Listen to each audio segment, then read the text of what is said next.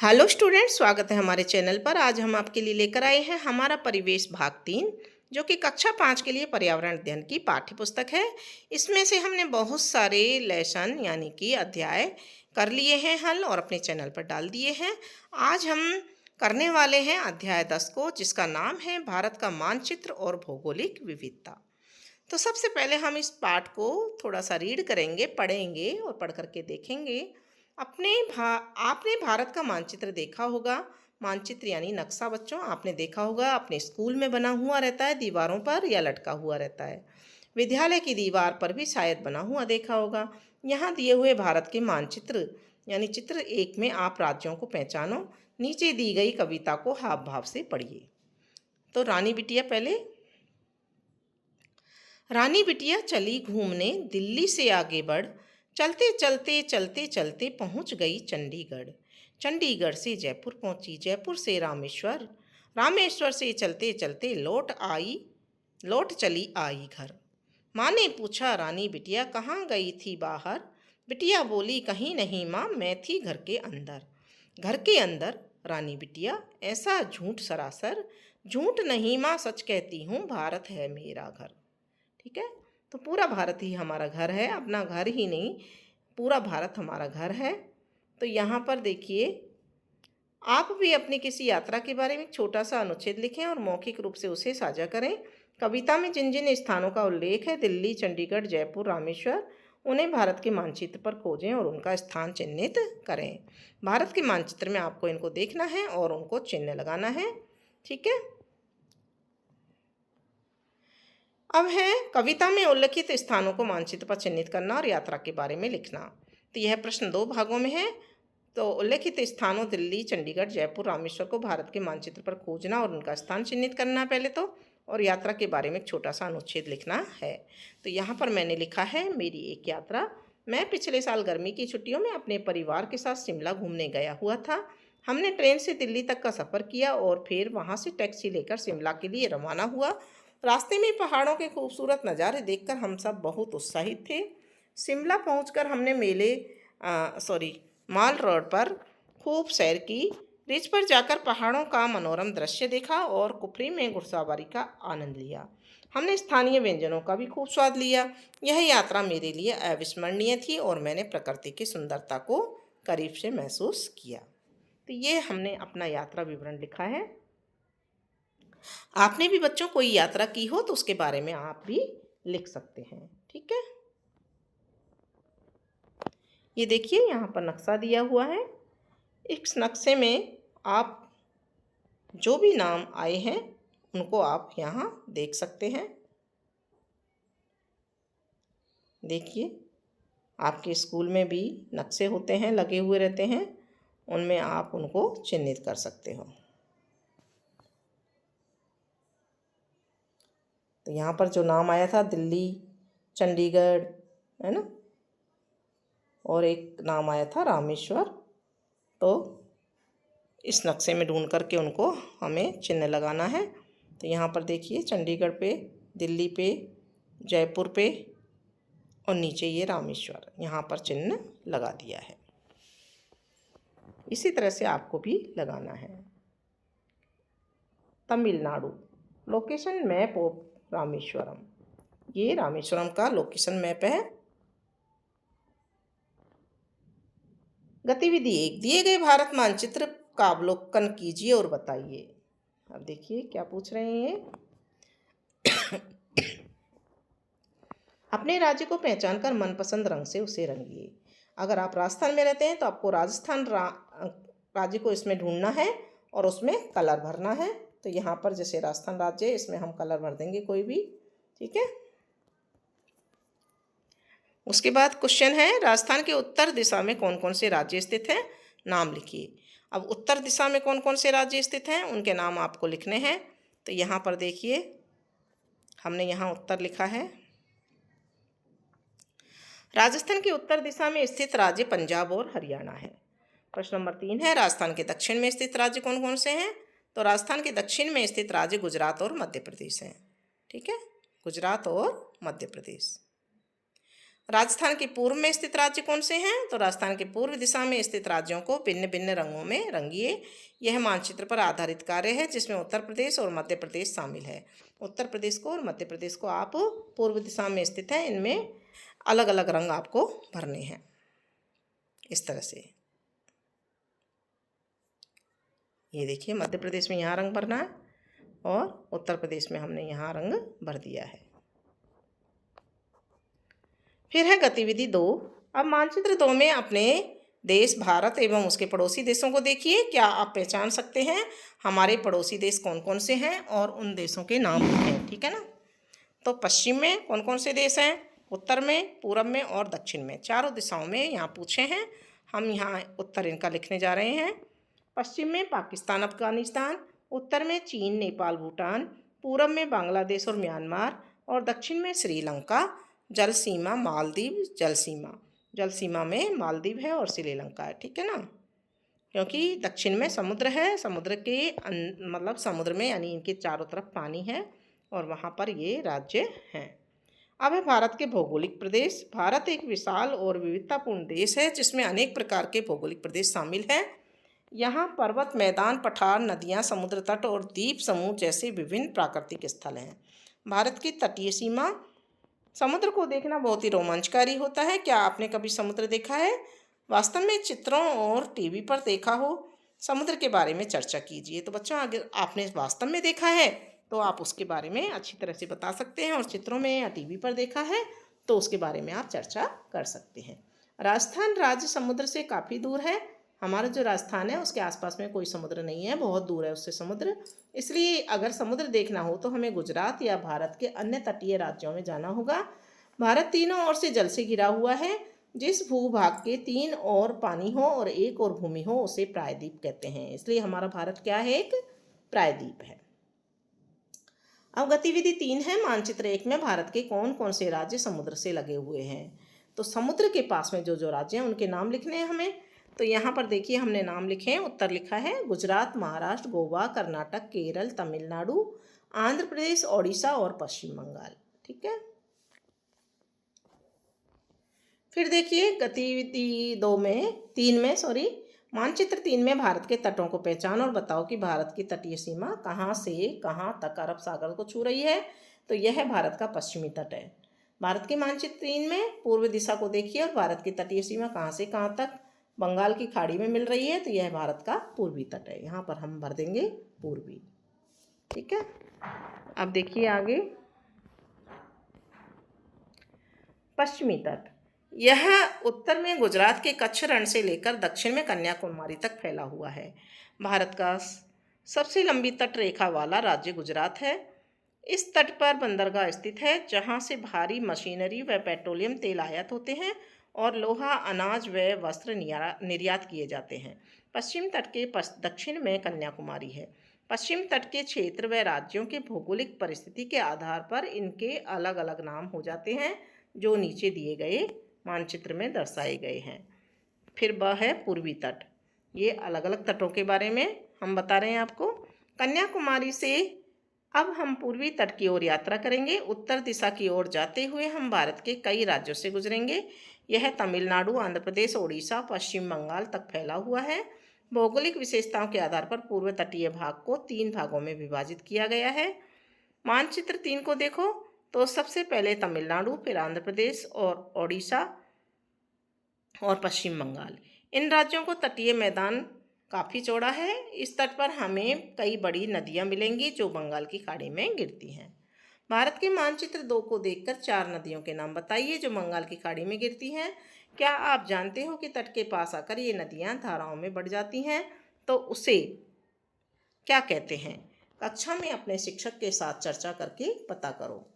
वे स्थान जहाँ नदियाँ समुद्र से मिलती हैं वहाँ पर बहुत उपजाऊ मिट्टी जमा होती है, पानी भी होता है। इन इलाकों में धान की खेती बहुत ही अच्छी होती है, ठीक है। यहाँ पर साइड में कुछ दे रखा है कि क्या आप जानते हो भारतीय सर्वेक्षण संस्था भारत के मानचित्र बनाने वाली मुख्य संस्था है। इसकी स्थापना 1767 में हुई थी।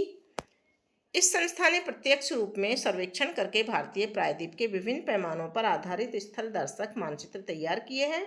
इस संस्था का मुख्य कार्यालय उत्तराखंड राज्य के देहरादून शहर में स्थित है। ठीक है।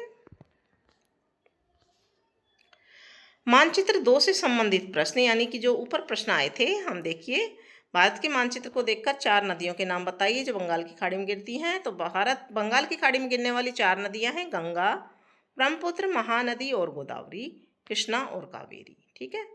फिर प्रश्न था कि आप जानते हो कि तट के पास आकर नदियां कई धाराओं में बढ़ जाती हैं तो उसे क्या कहते हैं? कक्षा में अपने शिक्षक के साथ चर्चा करो और पता करो। तो उत्तर है, नदियां जब तट के पास आकर कई धाराओं में बढ़ जाती हैं तो उसे डेल्टा कहते हैं। अब है गतिविधि 4, पूर्वी तट और पश्चिमी तट में क्या क्या अंतर है? तो यहाँ देखिए, पूर्वी तट और पश्चिमी तट स्थिति बंगाल की खाड़ी के किनारे और ये अरब सागर के किनारे होती है। लंबाई और चौड़ाई में क्या अंतर है? पूर्वी तट अधिक लंबा और चौड़ा है और पश्चिमी तट छोटा और संकरा है। डेल्टा का निर्माण, बड़ी नदियाँ गंगा, कृष्णा, कावेरी डेल्टा बनाती हैं और पश्चिमी तट पर यहाँ नदियाँ मुहाने पर मुहाना बनाती हैं और डेल्टा कम मिलता है। खेती, पूर्वी तट पर उपजाऊ मिट्टी धान की खेती प्रचुर मात्रा में होती है और पश्चिमी तट पर नारियल, सुपारी और मसालों की खेती की जाती है। और राज्य, पूर्वी तट पर पश्चिम बंगाल, उड़ीसा, आंध्र प्रदेश और तमिलनाडु और पश्चिमी तट पर गुजरात, महाराष्ट्र, गोवा, कर्नाटक और केरल आदि आते हैं। ठीक है। ये तटीय मैदान। भारत के प्रमुख तट के नाम यहाँ दे रखे हैं। काठियावाड़ तट, कोकट तट, कनारा तट, मालाबार तट, कोरोमंडल तट, उत्तरी तट और उत्कल तट। फिर है भारत के 13 बंदरगाह। 13 बंदरगाह कौन कौन से हैं? पश्चिमी तट पर कांडला पोर्ट गुजरात में है, मुंबई महाराष्ट्र में है। फिर देखिए,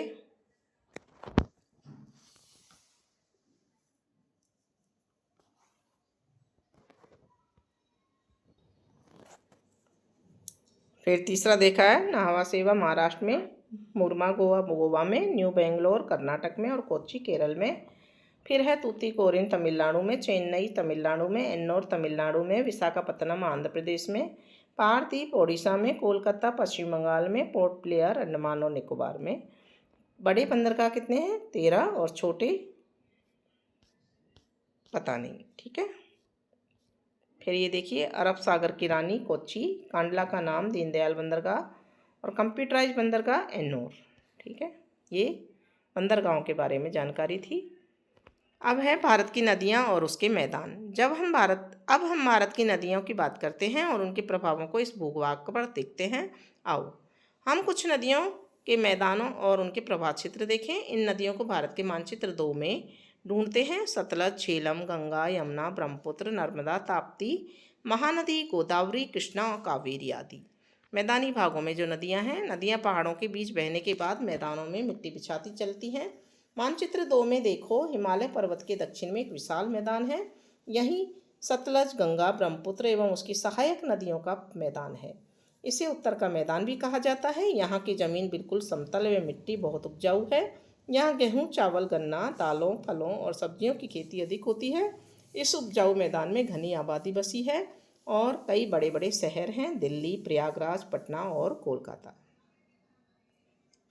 फिर है हमारे पर्वत और पहाड़। अब थोड़ी बातचीत करते हैं पहाड़ों के बारे में। भारत के उत्तर में आकाश छूती पर्वतमालाएं हैं। एक के बाद एक पहाड़ों की श्रृंखला होने के कारण इन्हें हिमालय पर्वतमाला कहते हैं। ये पहाड़ जम्मू कश्मीर, हिमाचल प्रदेश, उत्तराखंड, उत्तर प्रदेश, सिक्किम, असम और अरुणाचल प्रदेश राज्यों में फैले हुए हैं। फिर है थार का रेगिस्तान। भारत के पश्चिम में एक ऐसा क्षेत्र है जहाँ बारिश बहुत कम होती है। वहाँ दूर दूर तक रेत फैली दिखती है और पेड़ पौधे बहुत कम नजर आते हैं। यह रेगिस्तान है जो थार के नाम से जाना जाता है। अरावली पर्वतमाला के पश्चिम में जाने पर हमें थार का रेगिस्तान देख सकते हैं। यहाँ लोग भेड़, बकरियाँ और ऊँट पालते हैं। गतिविधि 5 है, इस क्षेत्र में लोग कैसे रहते होंगे और क्या करते होंगे, इनके बारे में पता कीजिए। तो यहाँ देखिए,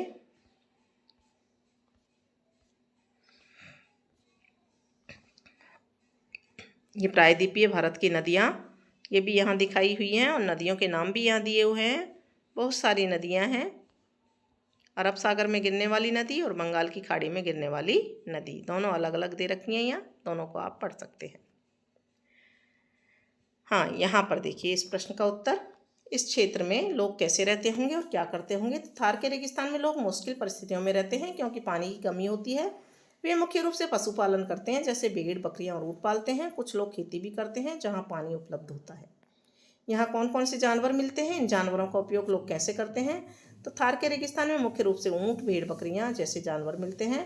ऊँट, इन्हें रेगिस्तान का जहाज कहते हैं। ये सामान ढोने, सवारी करने और हल चलाने के काम आते हैं। इनका दूध भी पिया जाता है। भेड़ और बकरियां ये दूध और मांस के लिए पाली जाती हैं। भेड़ों से ऊन मिलता है जिससे कपड़े बनाए जाते हैं। अब है दक्कन का पठार। उत्तर के मैदान से दक्षिण तक फैला भारत का लंबा चौड़ा भूभाग पठारी है। यह भूभाग ऊंचाई पर है, कहीं कहीं मिट्टी गहरी है और कहीं जगहों पर पथरीली हल्की मिट्टी है। यहाँ बहुत से क्षेत्रों में पानी भी कम बरसता है। ज्वार, रागी जैसे मोटे अनाज ज़्यादा उगाए जाते हैं। यह क्षेत्र दक्कन या दक्षिण का पठार कहलाता है। इन्हीं पठारों में लोहा, कोयला, सोना, एल्यूमिनियम आदि की खदानें हैं।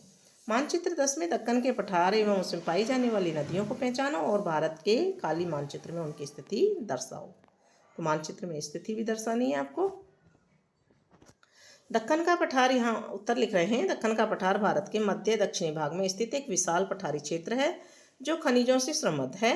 मोटे अनाज की खेती के लिए जाना जाता है। इसमें पाई जाने वाली प्रमुख नदियाँ गोदावरी, कृष्णा, कावेरी, नर्मदा और तापी हैं। इन नदियों और पठार की स्थिति को भारत के खाली मानचित्र पर दर्शाया जा सकता है। तो ये देखिए, खाली इस पर दर्शाया है। इसी तरह से आप भी दर्शा सकते हैं और नदियों को भी दर्शाया है यहाँ पर, देख लीजिए। अब आता है आपके इस पाठ के पूरे होने पर अभ्यास कार्य। भारत के उत्तर में स्थित पर्वतों के नाम लिखिए। तो यहाँ पर है, भारत के उत्तर में स्थित पर्वत हिमालय पर्वतमाला है जो जम्मू कश्मीर, हिमाचल प्रदेश, उत्तराखंड, सिक्किम, अरुणाचल प्रदेश में फैली हुई है। दूसरा प्रश्न है, गंगा ब्रह्मपुत्र मैदान में कौन कौन से राज्य आते हैं? गंगा ब्रह्मपुत्र मैदान में आने वाले राज्य पंजाब, हरियाणा, उत्तर प्रदेश, बिहार, पश्चिम बंगाल और असम है। तीसरा है, भारत के कौन से राज्य समुद्री तट रेखा से लगे हुए हैं?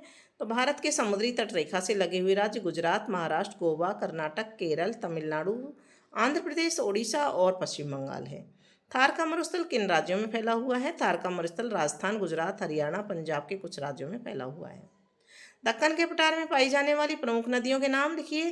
दक्कन के पठार में पाई जाने वाली प्रमुख नदियां गोदावरी, कृष्णा, कावेरी, महानदी, नर्मदा और ताप्ती है।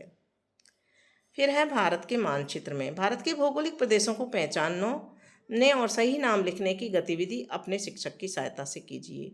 एक खाली मानचित्र में हिमालय, थार मरुस्थल, दक्कन का पठार, गंगा के मैदान, तटीय क्षेत्र और प्रमुख नदियों को चिन्हित करने का अभ्यास कीजिए। ठीक है,